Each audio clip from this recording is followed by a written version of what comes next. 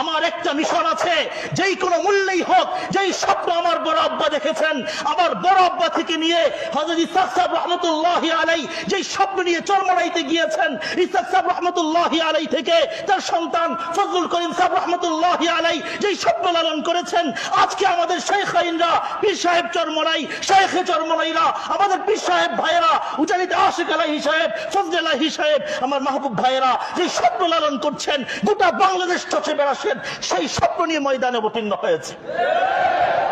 সুতরাং যদি মনে করেন দুনিয়ার জন্য এসেছি, কেউ একটা হুমকি দিবে দুনিয়া থেকে আর ময়দান থেকে উঠে যাব, অলিক স্বপ্ন দেখছেন, ভুল স্বপ্ন দেখছেন।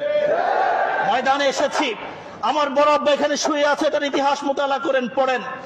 তিনি দ্বীন ও ইসলামের জন্য চাঁদপুরে তিনি জেল খেটেছেন, সেই ইতিহাস আমরা জানি। তিনি জেল খেটেছেন, সেই ইতিহাস আমরা জানি। তার রক্ত আমাদের গায়ে প্রবাহমান। সুতরাং যদি কেউ মনে করে আমাদেরকে মামলা মোকদ্দমা দিয়ে, আমাদেরকে ভয় ভীতি দেখিয়ে ময়দান থেকে উঠিয়ে দিবে, রাজপথ থেকে উঠিয়ে দিবে, তাহলে সে অলিক স্বপ্ন দেখছে, সে অলিক স্বপ্ন দেখছে।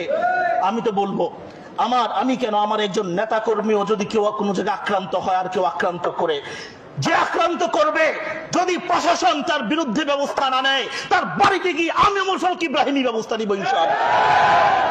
হাত পাখার একজন কর্মীর হাত পাখা যে করবে, হাত পাখাকে যে মহাব্বত করবে, হাত পাখার পক্ষে যে কাজ করবে, তাকে মহাব্বত করা আমার দায়িত্ব, তাকে ভালোবাসা আমার দায়িত্ব।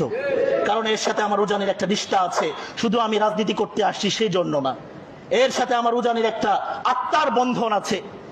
সেই বন্ধন আপনি কি মনে করেন ফু দিয়ে উড়িয়ে দেওয়া যাবে, মুহূর্তের মধ্যে শেষ করে দেওয়া যাবে? সম্পূর্ণ ভুল।